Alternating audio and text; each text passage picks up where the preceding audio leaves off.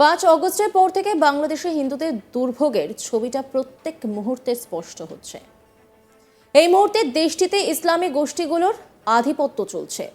Jamaat Islami, Bangladesh national party বা বিএনপির মতো গোষ্ঠীগুলি গোটা দেশ জুড়ে ইসলামী শরিয়ত আইন চালু করার জন্য উঠে পড়ে লেগেছে। কিন্তু তাদের পথের কাঁটা হয়ে দাঁড়িয়েছে সংখ্যালঘু হিন্দুরা। তাই সেখানে সংখ্যালঘুদের উপর অত্যাচার বেড়েই চলছে।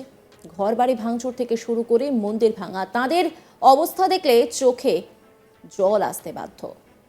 সূত্র থেকে জানা যাচ্ছে হিন্দুদের জোর করে ধর্ম পরিবর্তন করার চেষ্টা চলছে, আর তা না হলেই জুড়ছে অকথ্য অত্যাচার। কেউ নিজের পরিবারের মহিলার ইজ্জত বাঁচাতে দেশ ছাড়ছেন, তো আবার কেউ ধর্ম পরিবর্তন করতে বাধ্য হচ্ছেন। এর মাঝেই সত্যি হলো আশঙ্কা।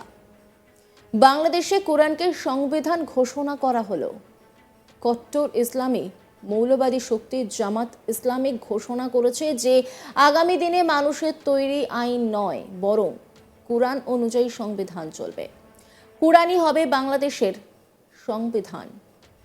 এই নিয়ে রীতিমতো জামাত ইসলামীরা প্রচার করা শুরু করে দিয়েছে, যে ভিডিও এখন সোশ্যাল মিডিয়ায় ভাইরাল। যদিও ভিডিওর সত্যতা যাচাই করেনি আজ তাক বাংলা। ভাবতে পারছেন কি অবস্থা?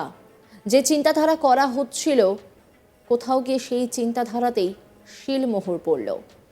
বেশ কয়েক মাস ধরে অশান্ত পরিস্থিতি বাংলাদেশের। বিভিন্ন সময়ে বিভিন্ন ভিডিও ভাইরাল হয়েছে। যদিও সেই ভিডিও সত্যতা যাচাই করেনি আজ তাক বাংলা, তবে তার মাঝেই কোরআনকেই সংবিধানে সব থেকে আগে জায়গা দেওয়া হলো। আর যে ভিডিও এই মুহূর্তে সোশ্যাল মিডিয়ায় ভাইরাল, সেই ভিডিওটা আপনাদেরকে দেখাবো।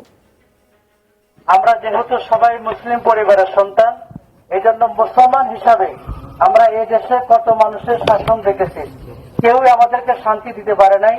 আগামী দিনে সেই শান্তির মূল যে বার্তা আল পবিত্র কোরআনুল কারীম, আমরা এই কোরআনটাকে রাষ্ট্রের সর্বোচ্চ মহলে আমরা কোরআনে আইন চালু করতে চাই।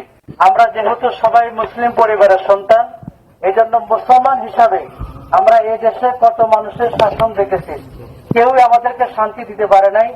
আগামী দিনে সেই শান্তির মূল যে বার্তা আল পবিত্র কোরআনুল কারীম, আমরা এই কোরআনটাকে রাষ্ট্রের সর্বোচ্চ মহলে আমরা কোরআনে আইন চালু করতে চাই।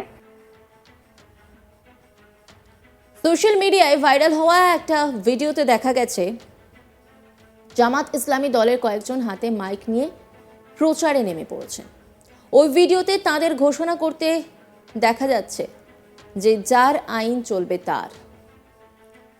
আমরা যেহেতু সবাই মুসলিম পরিবারের সন্তান, মুসলমান হিসেবে এই দেশে আমরা কত মানুষের শাসন দেখেছি, কেউ আমাদেরকে শান্তি দিতে পারেনি।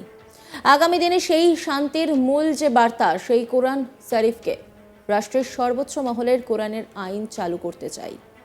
নিম্ন স্তর থেকে শুরু করে পার্লামেন্টের সদস্য পর্যন্ত জামাত ইসলামী 1941 সাল থেকে আজকের এই সময় পর্যন্ত আমাদের কেউ শান্তি দেয়নি। ভিডিওতে আরো বলতে দেখা গেছে, আপনাদের কাছে আহ্বান, কোরআনের শাসন চালু করার জন্য পুরুষরা পুরুষদের জায়গা থেকে এবং মহিলারা পর্দার আড়াল থেকে আমরা সকলে নিজেদের জায়গা থেকে যদি কথা বলি, তাহলে ইনশাআল্লাহ বাংলাদেশের জনগণ আগামী দিনে কোরআন শাসন দেখতে পাবে। ভাইরাল হওয়া সেই ভিডিও আপনাদেরকে দেখাবো। বাংলাদেশের এই জনপদ আগামী দিনে কোরআনের জনপদ হবে। বাংলাদেশের এই দেশ কোরআনের দেশ। বাংলাদেশের সংবিধান হবে আল কোরআন। দুনিয়ার কোন মানুষের আদর্শ দিয়ে এই দেশ চলতে পারে না। আমরা চাই, আসুন আপনিও আমাদের এই কাতারে শরীক হয়ে জামাত ইসলামের কাতারে ঐক্যবদ্ধ হয়ে আল্লাহর কোরআনকে বিজয়ী করার জন্য কোরআন পড়ব, কোরআন বুঝবো, কোরআন অধ্যয়ন করব। আগামী দিনে এই কোরআনের সমাজ কায়েম করার জন্য আমরা সবাই সবার জায়গা থেকে চেষ্টা করবো ইনশাআল্লাহ। আসসালামু আলাইকুম রাহমাতুল্লাহ। সম্মানিত এলাকাবাসী, পর্দার আড়ালের অবস্থানরত সম্মানিত মা এবং বোনেরা, আমরা বাংলাদেশ জামাত ইসলামীর পক্ষ থেকে আজকে আমাদের দাওয়াতি গণসংযোগ আলোকে আপনাদের প্রতিটা ডোর টু ডোর আমরা চলে এসেছি। আমরা আপনাদের কাছে আল্লাহর ওই দাওয়াতকে খুশিয়ে দেওয়ার চেষ্টা করতেছি যে আল্লাহ লাহুল খলক ওয়াল আমর, সৃষ্টি যার, আইন চলবে তার। আমরা যেহেতু সবাই মুসলিম পরিবারের সন্তান, এই জন্য মুসলমান হিসাবে আমরা এই দেশে কত মানুষের শাসন দেখেছি, কেউই আমাদেরকে শান্তি দিতে পারে নাই।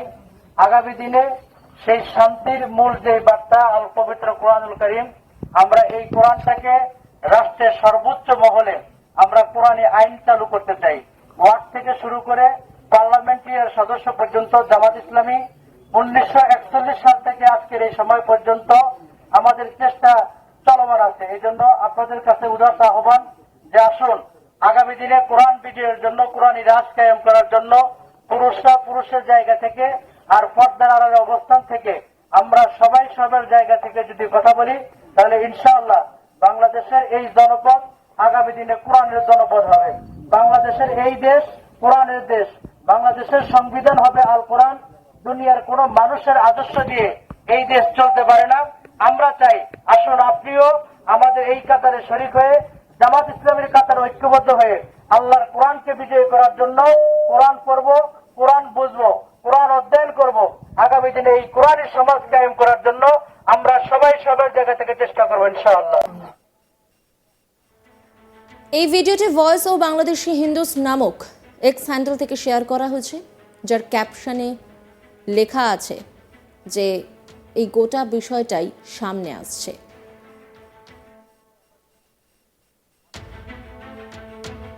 বুঝিয়ে দেওয়ার চেষ্টা করতেছি যে আল্লাহ লাহুল খালক ওয়াল আমর, সৃষ্টি যার, আইন চলবে তার।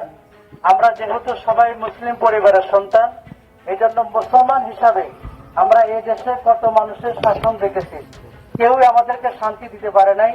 আগামী দিনে সেই শান্তির মূল যে বার্তা আল পবিত্র কোরআনুল কারীম, আমরা 5 অগস্টের পর থেকে বাংলাদেশে হিন্দুদের দুর্ভোগের ছবিটা প্রত্যেক মুহূর্তে স্পষ্ট হচ্ছে।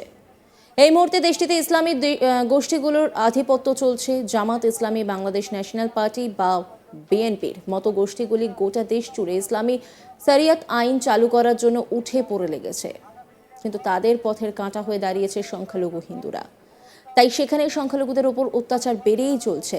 ঘর বাড়ি ভাঙচুর থেকে শুরু করে মন্দির ভাঙা। তাদের অবস্থা দেখলে চোখে জল আসতে বাধ্য।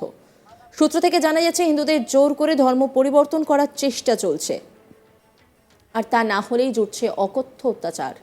কেউ নিজের পরিবারের মহিলার ইজ্জত বাঁচাতে দেশ ছাড়ছেন, তো আবার কেউ ধর্ম পরিবর্তন করতে বাধ্য হচ্ছেন।